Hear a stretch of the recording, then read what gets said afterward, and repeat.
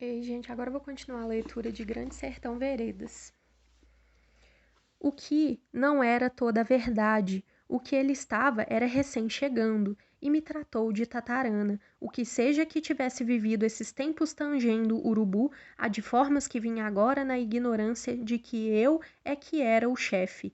Indagou por Zé Bebelo, e depois de Zé Bebelo mesmo ele tudo não sabia, nem o parar do Hermógenes, nem não tinha nenhum sinal do Joaquim Beiju, assim como aviso de outras novidades do mundo não deu. Só por terminar, se gabou de ter tido 2 ofertas, para servir de jagunço de Dona Adelaide no Capão Redondo e do coronel Rotílio Manduca, em sua fazenda Baluarte. Entrei, gozando de minha pessoa de paz até nas cidades de Januária e São Francisco, ainda proseou. Devia de ser verdade, assim como verdade completa que a burra e o burro e a tralha ou o dinheiro para tudo adquirir, ele devia de ter roubado tomado em terra de riquezas. Tal que disse, isto eu bem comprei, na venda do José Vassalo, desajuizado gastador esse Uquipes. Tanto ouvi muito macambúzio, onde que então eu varava mundo em comando e ainda não se prezava o meu nome. Eu, o Urutu Branco, ser chefe de jagunço era isso, ser o que não dava realce. Qualquer um podia, fazendeiro com posses, mão em políticas.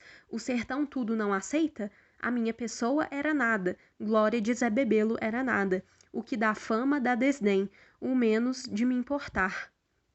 O que eu carecia era de dar primeiras batalhas, suspender a alta coragem adiante de meus cabras, ou será que já estavam, mas era se aplicando no vaga-vagar? Cigano sou? Eu pensei enraivecido. Tinha o norte para a gente. Dei ordem. Aí torcemos caminho numa poeira danã. A reto viemos beirando o ribeirão de areia, de rota abatida. O que era que eu tencionava fazer? O senhor espere. Narro que não rendi melindres do feito de Diadorim. Digo, o recado enviado, mas à vez balancei uma inquietação daquilo que era para eu bem estranhar a decisão dele de tanto absurdo. Essas desordenadas da vida da gente, tudo o que estoura manso e guampa quieto e que só tem a razoável explicação para quem está mesmo longe dos motivos. Ao meio de uma coisa eu tinha certeza, que Diadorim não ia me mentir. O amor somente para dizer maior verdade. Diadorim me compassava, por força, mas para mandar a minha Otacília assim àquela embaixada, era porque ele soubesse no zelo de seu coração que então Otacília me tinha amor. E tanto igual sabia também de mim. Naqueles dias era, abrandei minha lembrança em Otacília, que sincera me aguardasse em sua casa, em seu meigo estar.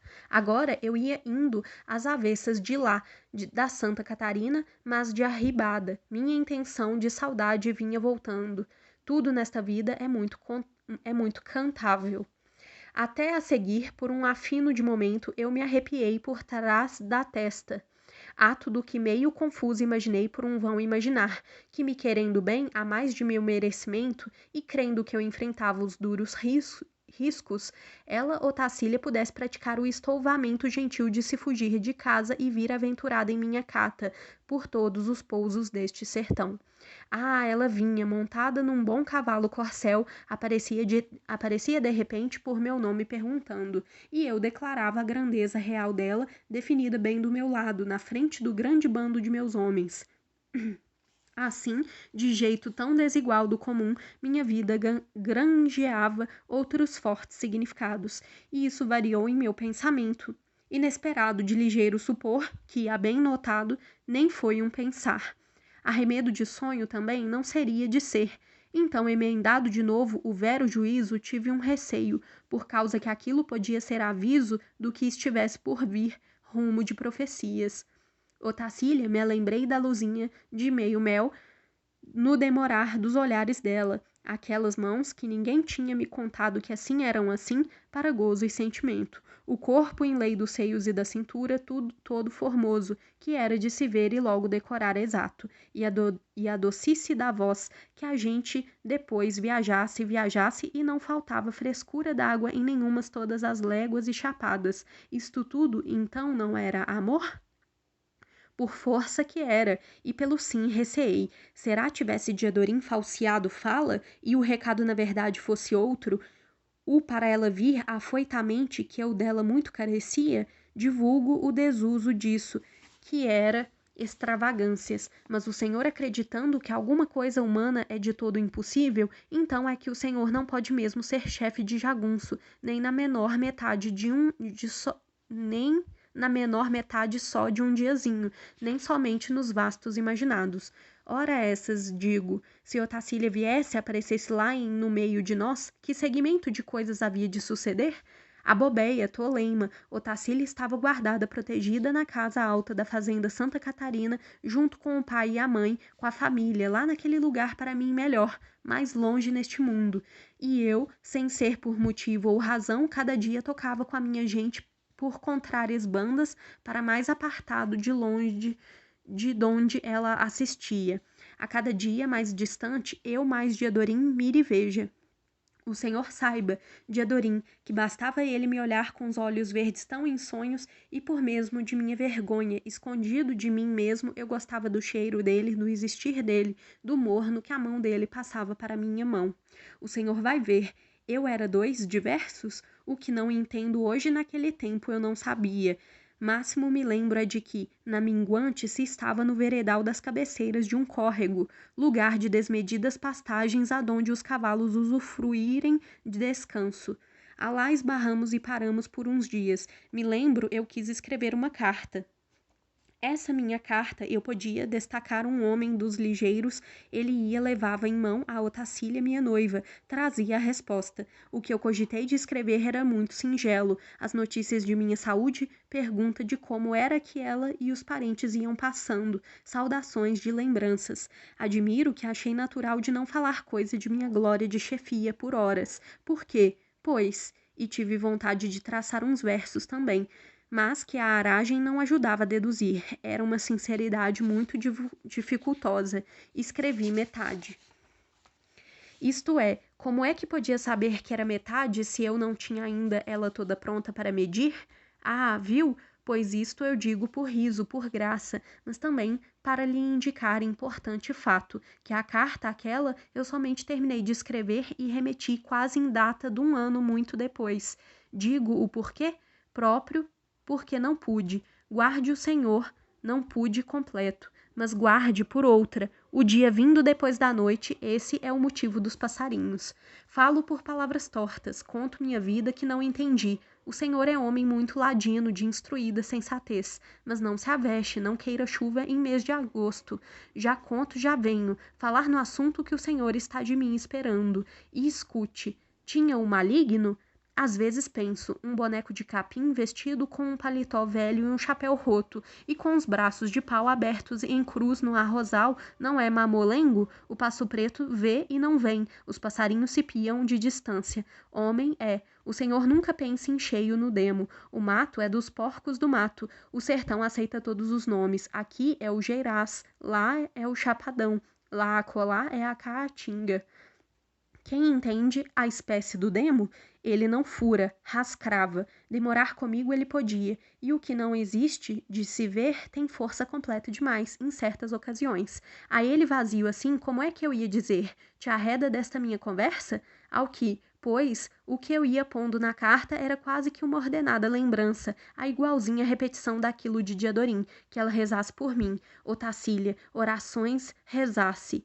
Ia. Ah, mas aí houve. Amoleci mão antes de coração. Não pude, diabralmente desarrazoado por outras fortes ordens. E então, de repente, tive vergonha, desgostei de estar querendo escrever aquela carta. Desisti, guardei na mochila aquela metade. Um homem é um homem, no que não vê e no que consome. Ah, não, Otacília eu não merecia. Diadorim era um impossível. Demiti de tudo. O demo, tive raiva dele? Pensei nele? Em vezes. O que era em mim valentia não pensava, e o que pensava produzia era dúvidas de me enleios. Repensava no esfriar do dia, a quando é o do sol entrar, que então até o dia mesmo, por seu remorso, ou então ainda melhor no madrugal, logo no instante em que eu acordava e ainda não abria os olhos. Eram só os minutos e ali durante em minha rede eu preluzia tudo claro e explicado. Assim, tu vigia, Riobaldo, não deixa o diabo te pôr cela. Isto eu divulgava. Aí eu queria fazer um projeto. Como havia de escapulir dele, do Temba, que eu tinha mal chamado? Ele rondeava por me governar? Mas então, governar pudesse, eu não era o urutu branco, não vinha a ser chefe de nada, coisa nenhuma. Ah, eu carecia de um jeito, de um esperto socorro para tentear com o sujo em suas próprias portas, e mediante me pôr livre de fim fatal. De que modo? Mas acontece que o instante entre o sono e o acordado era assaz curto, só perspassava, não dava pé. Eu não podia me firmar em coisa nenhuma, a clareza logo cessava. Daqueles avisos e propósitos, o montante movimento do mundo me delia, igual a um secar, e eu mesmo estava contra mim o resto do tempo. Não estava? Todo o mundo cada dia me obedecia mais, e mais me exaltavam. Com o que peguei aos poucos o costume de pular num átimo da rede feito fosse para evitar aquela inteligencinha benfazeja, que parecia se me dizer era mesmo do meio do meu coração. Num arranco desfazia aquilo, faísca de folga, presença de beija-flor, que vai, começa e já se apaga, e daí já estava inteirado no comum, nas meias alegrias, a meia bondade misturada com maldade a meio. Agora levantava, puxava e arreava meu ciruís, cavalos para alvoradas, saía sozinho. Sair na escuridão, o Senhor sabe, aqueles galhos de árvores batendo na cabeça da gente. Sempre eu ia até longe. Quando voltava, encontrava o pessoal se aprontando, café já coado, cavalaria em fila para a viagem. Uma vez, ainda mais longe fui do que nas outras, e dei com o Lázaro. Ele se achava com Quito caiando no alto de uma árvore por se esconder, feito uma cobra araramboia. Quase levei o susto, e era um homem em chagas nojentas, leproso mesmo, um terminado. Para não ver coisas assim, jogo meus olhos fora. Promovi meu revólver. Aquele de repente se encolheu, tremido, e tremeu tanto depressa que as ramagens da árvore enroscaram um rumor de vento forte.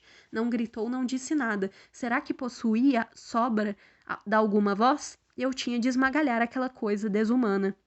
De um fato, na hora, me lembrei do que tinham me contado de vez em que Medeiro Vaz avistou um enfermo desses num goiabal.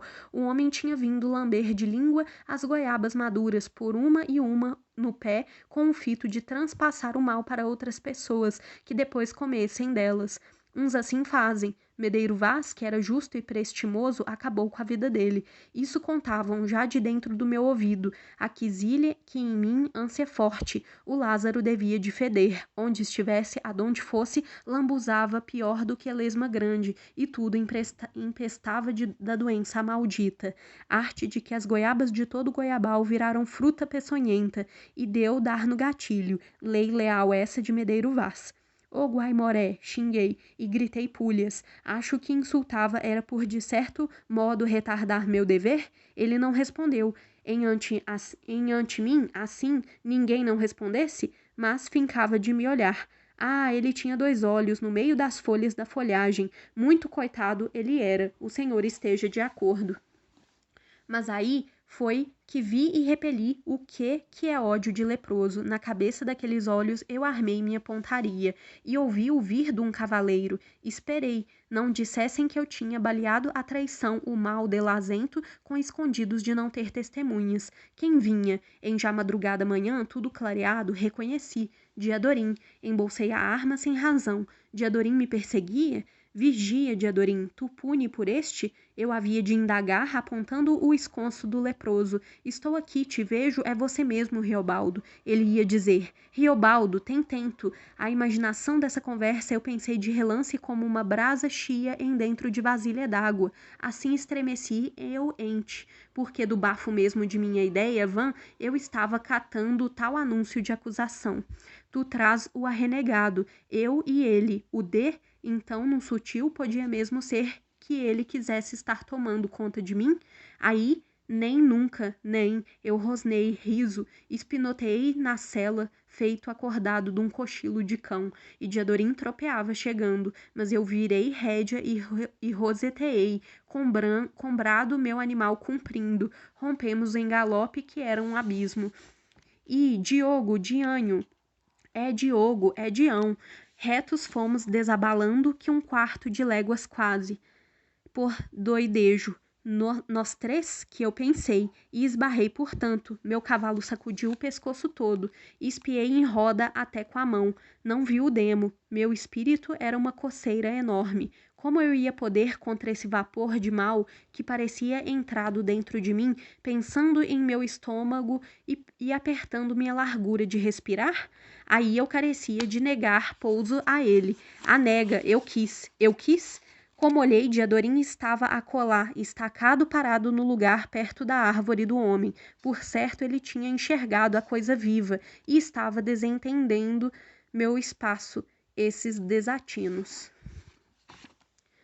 Contemplei Diadorim daquela distância, montado sempre, teso de consciência, ele me parecia mais alto de ser, e não bulia por mim avistado.